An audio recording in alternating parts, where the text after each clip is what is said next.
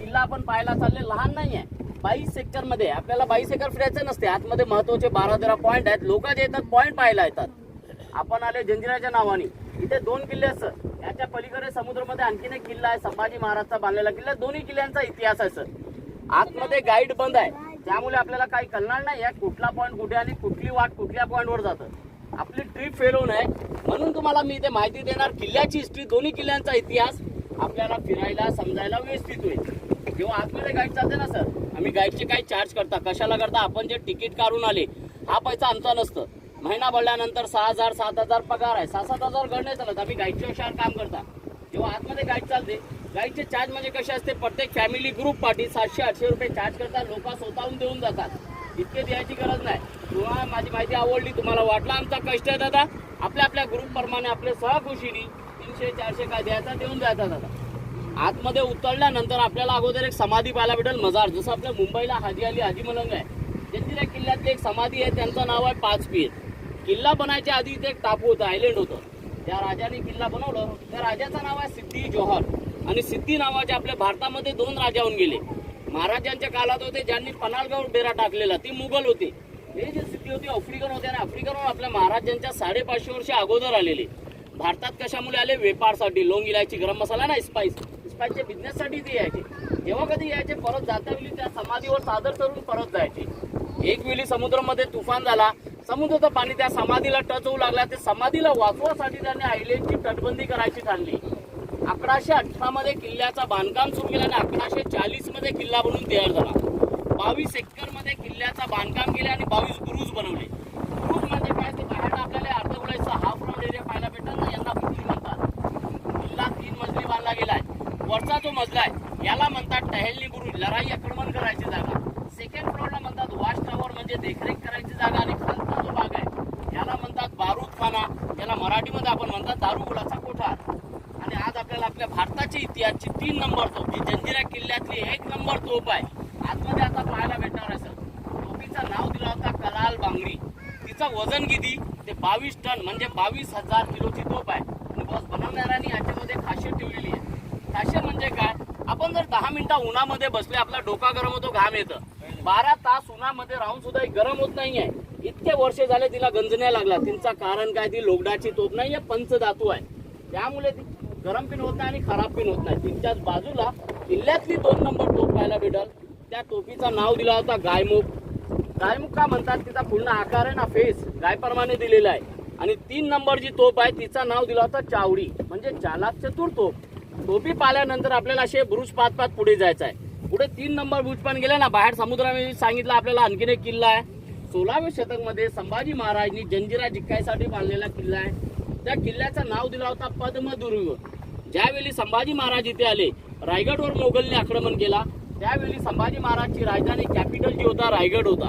म्हणून संभाजी महाराज पद्मदुर्गला अर्धावट सोडून रायगडला वाचवासाठी गेले. या लोकांनी तिथे आपला ताबा जमवला. सध्या तो कासा किल्ला म्हणून प्रसिद्ध आहे. जसं मी आपल्याला सांगितलं 22 एकर मध्ये आहे, तो याच्यापेक्षा लहान आहे. 12 एकर मध्ये बांधलेला किल्ला आहे. हा अजिंक्य किल्ला आहे. शेवटपर्यंत याला कोणी जिंकला नाही, तो अर्धावट आहे. त्यानंतर 3 नंबर पुढे ना जायचं. पुढे गेले वाट नाही भेटणं, आपल्याला पॉईंट पाहिजे. पॉईंट पाहण्यासाठी लेफ्ट साईडला खाली उतरायचं, डाव्याकडे. खाली उतरून आपण काय पाहणार? वॉच टॉवर पाहणार, बारूदखाना पाहणार. समोर आपल्याला गोड पाणी पाण्याचे तले पाहायला भेटतील. इथे निसर्गाची लीला आहे, कुदरत. कारण आपण समुद्रामध्ये आहोत आणि सर्वांना माहिती आहे समुद्राचं पाणी कसं आहे, खारट आहे, सॉल्टी आहे. आतमध्ये एक नाही 2 गोड पाण्याचे तले आहेत दादा, इतके मोठे तले. ज्या बोटीमध्ये आता आपण बसलेत ना, असे 2-3 बोटी जर उचलून सोडले आरामात चालू शकणार. सध्या उचलायचा नाही दादा, फक्त एक्झाम्पल सांगितले आहे दादा. तलावाचं नाव दिलं होतं शाही खानी तलाव. त्याची खोल किती आहे, डीप 60 फूट खोल आहे. शाही खानी तलाव कशा म्हणतात आपण पाहणार, त्याच्या अर्धगोलामध्ये हाफ राऊंड मध्ये तुटलेले भिंती आहेत. तिथे काय होतात, त्यावेळी राजाने आपल्यासाठी तलावाच्या अर्धगोलामध्ये काचीचा महल बांधला होता, सिद्धी जुबेदार पॅलेस. सर काची बिन असे होते की 7 कलर मध्ये सतरंगी, म्हणजे जेव्हा कधी सूर्य आणि चंद्राचा प्रकाश त्या काचींवर यायचा त्याची सावली पाण्यावर यायची. पाणी इंद्रधनुष सारखा दिसायचा. त्या आतून डायरेक्ट कोणाला पाणी घ्यायची परवानगी नव्हती, कारण बाल्टी टाकल्यानंतर पाणी हलणार, पाणीचा जो इफेक्ट आहे तो निघणार. ते लोकांच्या सुविधासाठी तलावाचे दोन्ही कडेला 2 लहान तले बनवले गेले. नंतर तिथूनच काही पायऱ्या आपल्याला वर जाताना दिसतात, ज्याला म्हणतात बाली किल्ला. वर जायसाठी 125 पायऱ्या असतात. तिथे काय फक्त झेंडा लावायची जागा आहे. जसं आज आपला तिरंगा लागते ना 26 जानेवारी 15 ऑगस्टला, स्वातंत्र्याच्या आधी सिद्धी लोकांचा झेंडा लावायचे, ज्याच्यामध्ये एक शेरचा सिम्बॉल असायचं. वर जायचा उद्देश काय, 125 पायऱ्या चढून 45 मिनिटांमध्ये संपूर्ण किल्ला फिरायला होत नाही. वर गेल्यानंतर आपल्याला संपूर्ण किल्ला पाहायला भेटेल. किल्ल्यातला साईड व्ह्यू, समुद्राचा व्ह्यू, पद्मदुर्ग किल्ला पाहायला भेटतं. त्याच पायरीने आपण खाली आले ते उजव्या हाताला मोठीशी एक इमारत पाहायला भेटेल. तिथे काय होता, राज्याचा राज दरबार मीटिंग फंक्शनसाठी सिंहासनची जागा असते ना, त्यावेळी 7 मजली बांधलेली होती. सध्या तुटून 3.5 मजली राहिलेली आहे. तिच्या पुढे आल्यानंतर किल्ल्यातला 2 नंबर तलाव पाहायला भेटेल. त्या तलावाचं नाव दिला होता चिरेखानी तलाव आणि त्याची खोल किती आहे, डीप 40 फूट. आणि तिच्याच बाजूला एक पांढऱ्या कलरची इमारत आहे जी किल्ल्यातली मशीद आहे सर. कारण त्यावेळी किल्ल्यामध्ये 550 घर होते. 2 समाजाचे लोक राहत होते, मुस्लिम समाज आणि कोली. कोली म्हणजे कोणते, समुद्रामध्ये मासे मारणारे फिशरमॅन. म्हणजे संपूर्ण आतमध्ये गाव होता. राजाने यांच्या सुविधासाठी आतमध्ये मंदिर, मशीद, मार्केट, स्कूल सर्व सुविधा ठेवलेली होती. मशीदच्या वरच्या भागात आपण पाहणार तुटलेले भिंती आहेत. तिथे गणपतीचा मंदिर होता. मंदिर कुठे गेला, ज्यावेळी हा किल्ला खाली झाला 1972 ला किल्ला खाली झालाय. जातावेळी इकडचे लोकांनी इकडची मूर्ती काढली, आपल्या बरोबर नेली. जिथून आता आपण तिकीट काढून आले ना राजपुडी गाव, इथे तिची स्थापना केली. तिच्या पुढे आल्यानंतर एक गेट आणखीन पाहायला भेटते, जे पूर्वीचा आहे त्यावेळीचा गेट आहे. गेटला नाव दिला होता दरबारी गेट. आणि दरबारी गेट का म्हणतात, 24 तास तो बंद असायचा, फक्त राजासाठी उघडायचे. राजाचे कुठले पाहुणे किंवा मंत्री वगैरे आले ते गेटच्या मध्ये एक लहान खिडकी आहे, याला म्हणतात दिंडी गेट. त्या लोकांना तिथून घ्यायचे. राजा तिथून येणार नाही, कारण मान वागली त्याचा अपमान होणार. ते राजासाठी संपूर्ण गेट उघडायचे, नाहीतर बंद असायचा. आता आपल्याला तो गेट उघडा भेटणार आहे, कारण लोकशाही हुकूमत आहे. आपण सर्व राजे समान आहे, आपल्यासाठी तो उघडा आहे. दादा ती उचल, कॅप उचल ती काठी बरोबर. हे बघा, आणि परत येत्या वेळी ना मेन गेटवर आपल्याला एक चित्र पाहायला भेटल, एक शेर आणि 6 हत्ती. जसं आपल्या पैशांवर त्रिमूर्ती, पार्लमेंट, गांधीजी असं ना, किल्ल्यांच्या पैशांवर छापा असायचा, एक शेर 6 हत्ती. याला म्हणतात राजमुद्र. हे पैसे इथे बाजारसाठी नाही सर, फक्त गेट पास म्हणून वापर करायचे. म्हणजे किल्ल्यातला कुठला माणूस बाहेर जायचा असला, जातावेळी त्याला गेट पास द्यायचे, परत येत्यावेळी चेक करून आत द्यायचे. जर त्याच्याकडे ते पैसे असले तर किल्ल्यातला माणूस, नाहीतर मेन गेटवर ठार करायचे. आता कोणाला भियायची गरज नाही, कोणी मारणार नाही, कारण ह्यावेळी आपण भारतातले राजे, आपण तिकीट काढून आले ना मॅडम. हा, आणि बॉस आपण पाहिला असेल किंवा ऐकला असेल, पुण्यात शनिवार वाड्यातून परबतीसाठी एक वाट निघाली, जमीनच्या खालनं अंडरग्राऊंड टनल, ज्याला मराठीमध्ये आपण म्हणतात भोयार मार्ग. तसंच जंजिरा किल्ल्यावरनं समोरच्या गावासाठी एक वाट निघाली, जी समुद्राच्या खालनं निघालेली वाट आहे. किल्ला आणि गावाच्या मध्ये खोल किती आहे समुद्राचा, 50 ते 60 फूट खोल आहे सर. ते 60 फूट खालना एक वाट निघाली जी गावामध्ये निघते. आणि गावामध्ये कुठे निघते, समोर पाहते नारळाच्या झाडाखाली मोठा गेट दिसते, काळ्या दगडांचा, पांढरे 2 लहान मिनार आहेत बघा. ही वाट इथे निघते. याची गरज का वाटली, कुठलाही शत्रू किल्ल्याला घेरं टाकलं ते राजा आणि त्याची प्रजा कुठे जाणार, यांच्या सुविधासाठी इमर्जन्सी एक्झिट म्हणून ही वाट निघालेली भोयार मार्ग. आज जसा मी आपल्याला सांगितला की किल्ला शेवटपर्यंत अजिंक्य राहिला, कोणी जिंकला नाही. आपण पण इतिहासामध्ये वाचला असेल की जंजिरा किल्ला अजिंक्य आहे. याचे महत्वाचे 3 कारण आहेत सर. सर्वात अगोदर आपल्या बोटीपासून सुरुवात होते. आपण किल्ल्याचे किती जवळ आलेले, याचा गेट पुढे दिसतं का आपल्याला, जोपर्यंत आपली बोट गेटचे समोर जात नाही याचा गेट आपल्याला दिसणार नाही. दुसरा महत्वाचा कारण मी सांगितला की बाहेर समुद्र आहे, खारट पाणी, आतमध्ये गोर पाणी. तिसरा कारण मी म्हणतो म्हणून आपल्या डोळ्याने सुद्धा पाहता की आजचा इंजिनियर कुठला बिल्डिंग किंवा घर बांधू दे 70-80 वर्षामध्ये कोसळणार. 950 वर्ष झाले समुद्राच्या मध्ये. समुद्राची पाण्याची लाटी मारून मारून पायाचे दगड झिजले. जॉईंटनी जागा सोडलेली नाहीये.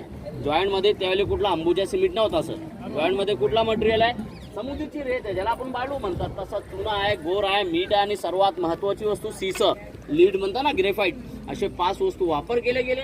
त्यामुळे आज सुद्धा इतका मजबूत आहे की कोणी याला जिंकू शकला नाही. ही झाली किल्ल्यातला संपूर्ण माहिती.